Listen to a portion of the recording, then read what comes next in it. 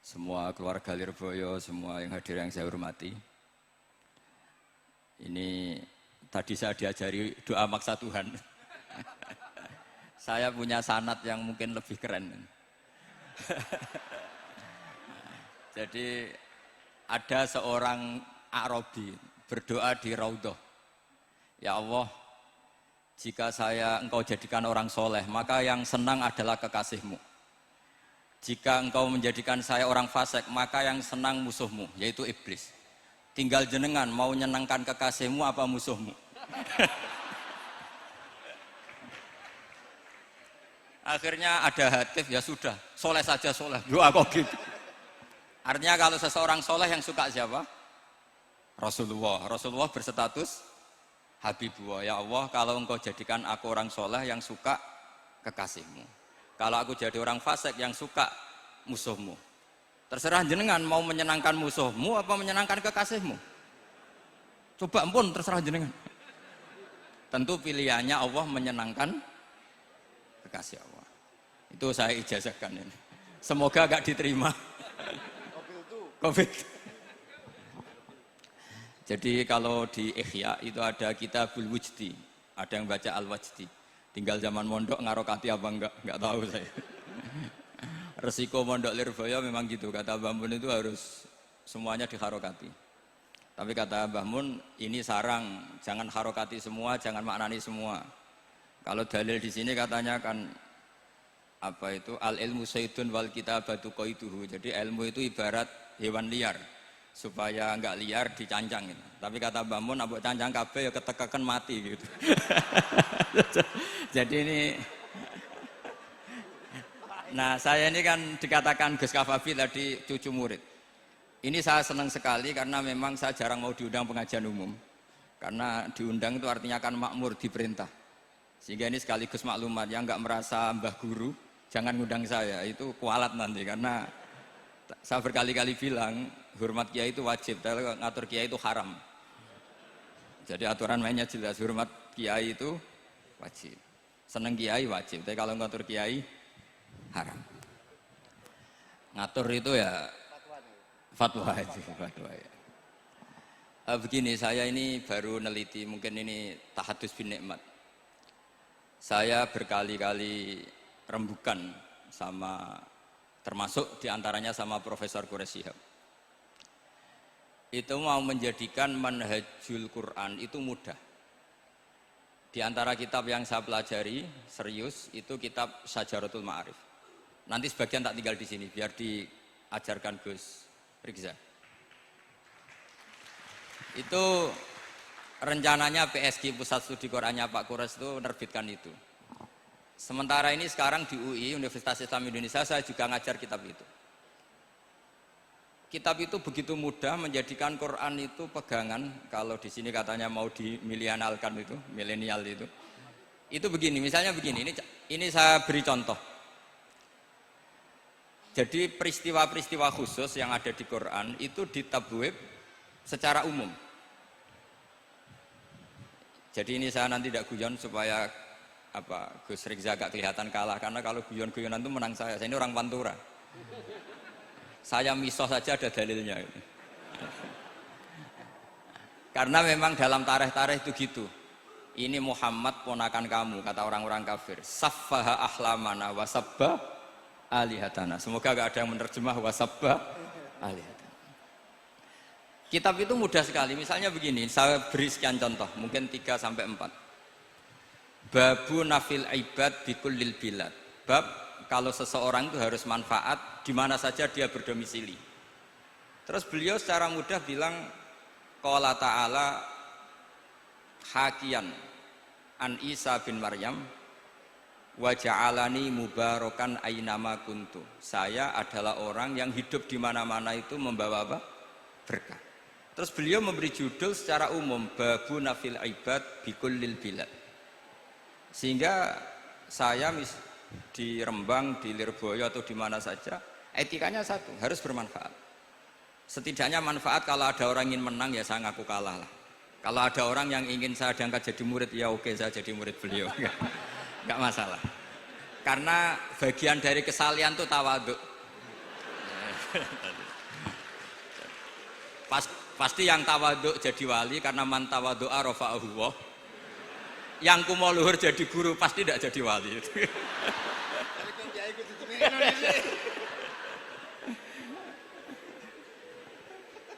Terus ada bab yang sesuai dalam konteks Indonesia. Itu juga dibabkan umum, babu saddid dzara'i. Bab menutup pintu potensi-potensi yang enggak baik. Terus beliau mengutip qala ta'ala wala tasubbul ladzina yad'una min dunillahi fayasubbullaha adwam bighairi ilm.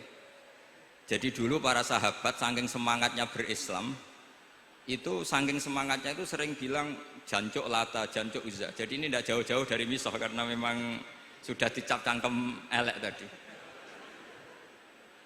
Terus mereka tanya, lalu kalau Tuhan saya jancuk, bahayanya jancuk juga Tuhan kamu. Akhirnya Allah bilang gini, Muhammad, umatmu kandhane aja misoi brolo, kurbane aku. Makanya terusannya ayat fayasubbuha adwam bil khairi. Dan itu oleh Syekh Izzuddin bin Abdissalam yang dikenal sebagai Sultanul Aulia itu dibabkan mudah sekali. Babu saddid dzara'i. Jadi kalau kamu ingin Allah tidak dipisoi, Islam tidak disakiti, kamu jangan menyakiti agama lain. Itu bagian dari mencintai Islam. Jangan kira kita hormat sama agama lain karena ikrar, tidak, itu bagian dari mencintai Islam. Terus mengutip sekian hadis, la yasubbur rajulu abahu. Sebagian riwayat la yal'anur rajulu abahu.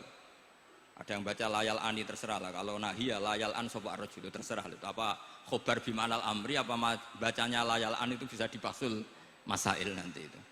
Jangan sampai seseorang tuh misoi bapaknya.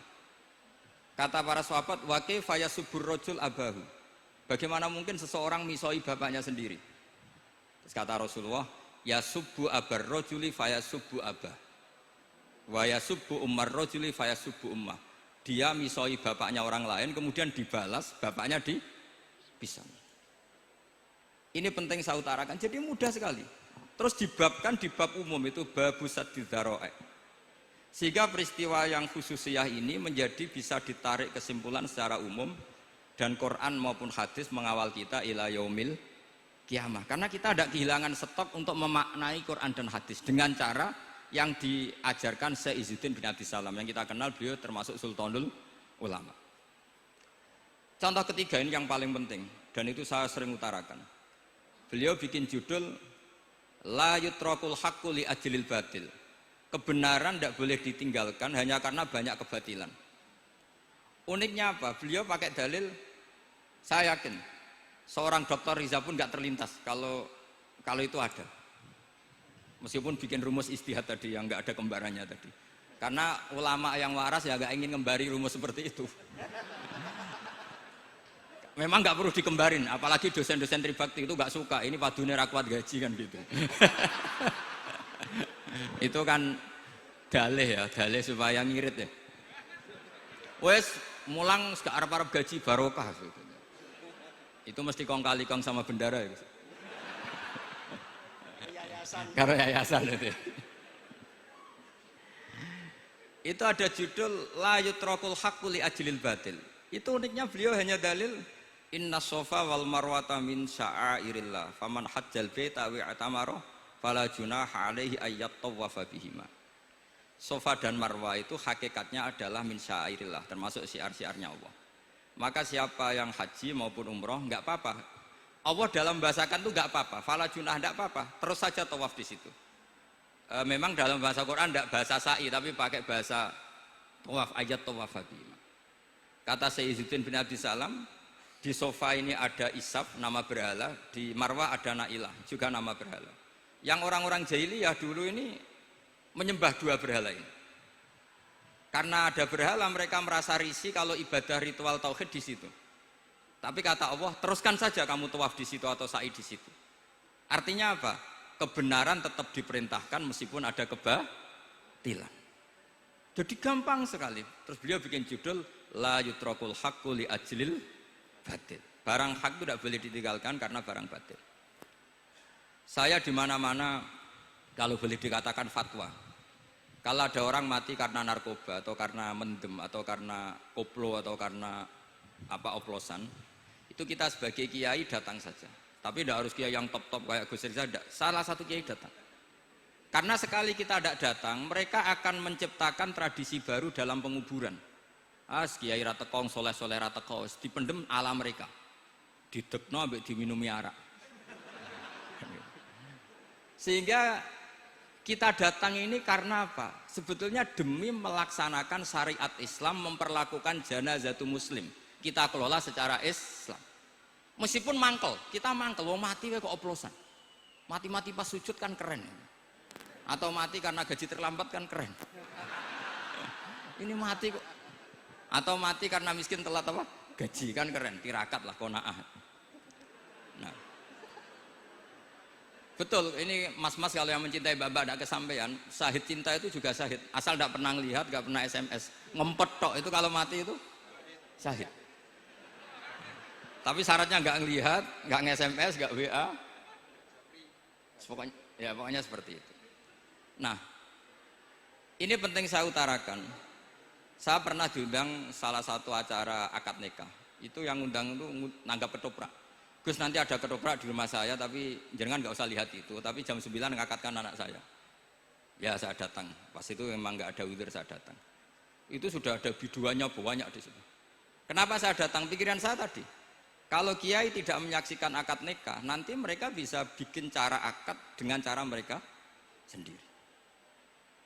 Sehingga takbir-takbir yang di fikih, misalnya walimatul ursi itu kalau ada ikhtilatur rijal wan nisa haram hadir, itu nggak pernah dilakukan oleh guru-guru kita. Setahu saya Mbah Mun, bapak saya, guru-guru kita, meskipun ada ikhtilatur rijal wan nisa, mereka kalau ada walimatul ursi asal tidak ada udzur itu datang. Karena la yutrokul haqqu li ajlil batil. Padahal jelas di Bajuri, di Anatut Thalibin, jika hunaka muharramun harumal hudur. Entah kalau Gus Rizal baca hurrimal hudur atau harumal hudur, tidak tahu, saya ini kan bisa debat ini. Karena saya santri sarang, jadi kalau baca 2 kali, harumal hudur atau hurrimal hudur. Tapi kalau yang santri sini mau tidak mau ya anut harokatnya guru tadi. Resikonya nurut itu harus ikut. Haruma apa hurrima. Kalau saya karena enggak dimaknani, jadi ya bingung. Maksudnya bingung milih. Saking banyaknya ilmu. Bukan bingung karena goblok, bukan.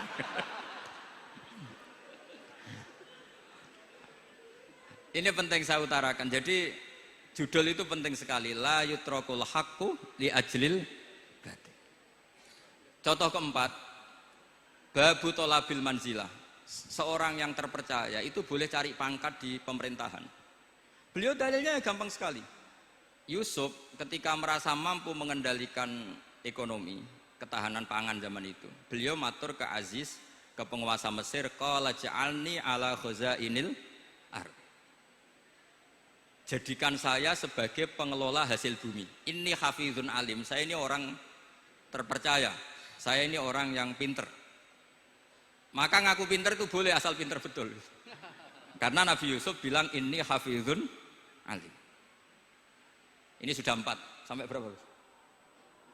7 sampai 7. 5 aja nanti ilmunya habis. Jadi saya mohon nanti kitab itu saya tinggal 1, tolong dipelajari teman-teman supaya ada cara mudah.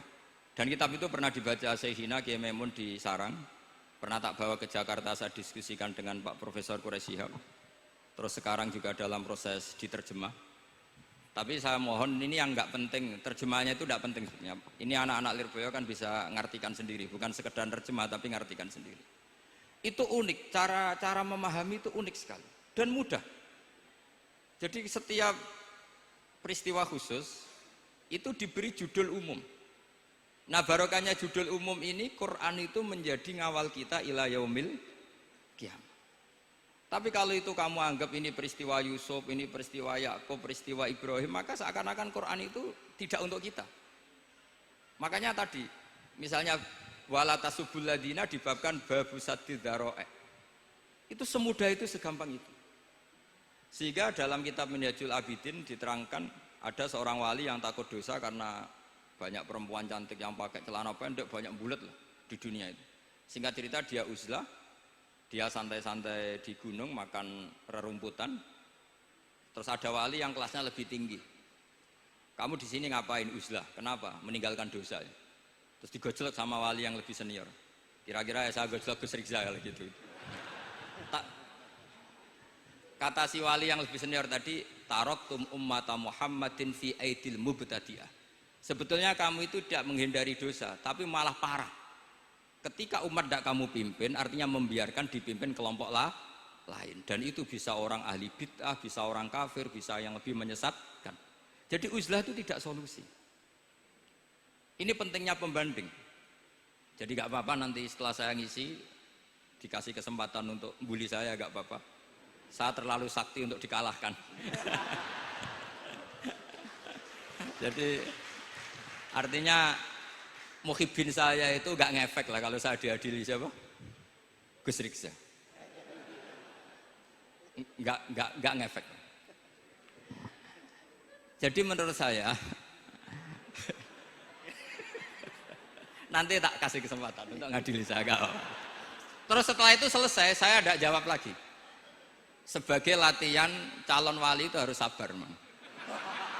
Jadi wal kadhiminal ghaidha wal afina anin nas. Jadi setelah saya dibully nanti saya bilang sudah saya maafkan, wassalamualaikum, terus gitu. Terus contoh yang paling ekstrim gini Gus Rizal, ada contoh babu jawazin namimah limaslahatin. Bab boleh adu-adu. Adu-adu itu mengadukan satu peristiwa yang buruk ke orang lain karena maslahat. Itu contohnya unik sekali. Saya ini bingung, masa ada namam atau namimah kemudian ditoleransi. Terus beliau pakai dalil wajah arojulum min aqsal madinati yas'a. Qala ya Musa innal mal'a ya'tamiru nabikal yaqtulu kafakhrus innilaka minan nasihin. Musa, saya ini pegawai kerajaan Fir'aun, saya termasuk perwira di kerajaan Fir'aun. Saya tahu rapat tadi malam itu memutuskan menangkap kamu untuk dibunuh. Maka kamu harus secepatnya keluar dari Mesir. Itu kan sebetulnya tipikalnya agak namimah, adu-adu, tapi limas lahatin. Itu mudah sekali kitab itu. Jadi saya mohon anak-anak tribakti yang mau mengkaji Quran ingin alim pakai kitab itu. Saya jamin kalau khatam pasti alim. Khatam paham maksudnya. Daripada sampean pakai metode usul fikih itu keruwetan karena selain judulnya sudah ruwet. Lubul usul itu sudah ruwet. Dulu saya ngaji di sarang itu semua satu kelas itu semuanya dapat 4 terus. Kecuali saya tidak dapat nilai karena gurunya bingung biji. Tidak tahu bingungnya itu karena dianggap terlalu alim atau terlalu goblok, tidak tahu saya. Yang jelas usul fikih saya itu nggak ada nilainya. Begini kalau dalam usul fikih kan begini. Ya ini agak menghormati pasca sarjana, jadi agak-agak ruwet biar kesannya itu ya intelek atau pinter lah gitu. Kalau guyon terus itu kan nganggap sampean itu isane mau paham guyon itu, jadi gak ngregani orang seperti orang guyon terus itu. Tapi ini agak serius. Begini, misalnya saya sebagai kiai ngundang Zaid, kamu kesini. Saya jelas sebut Zaid kesini, ada tamu. Sebetulnya saya ingin Zaid apa ingin cah dalam siapa saja asal bisa melayani tamu. Zaidun itu zikrul ba'di wa iradatil kul apa zikru Zaidin fi ainihi. Itu kan jadi perdebatan di ilmu usul fikih. Ketika Zaid gak ada, terus di situ ada pelayan yang bernama Bakar Umar gak datang, pasti kayaknya marah. Cek sombong ya santriku, tak udang ra ono sing moro. Terus misalnya anak-anak bilang, Pak Yai Anda kan tadi manggil Zaid, tidak manggil kita. Cek goblok maksudku ono sing nyuguhi teh. Ora kudu Zaid, Bakar Umar ya kena. Bocah kok goblok kan mesti gitu. Artinya gini, menyebut aktor dalam Quran atau hadis itu yuradu syakhsun bi ainihi, apa itu bagian dari zikrul ba'di wa iradatil. Sehingga semua peristiwa di Quran entah itu nyebut Fir'aun berarti mewakili orang tokoh, orang yang lanjut. Menyebut Musa mewakili orang baik. Apa bagaimana? Itu jadi perdebatan. Lah itu di kitab usul fikih itu penjelasannya ruwet sekali.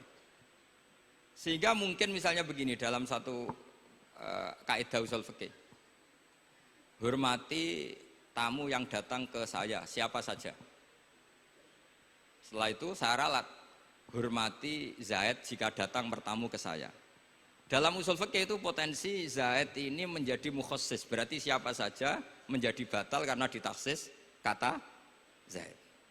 Ada potensinya begini, siapa saja tetap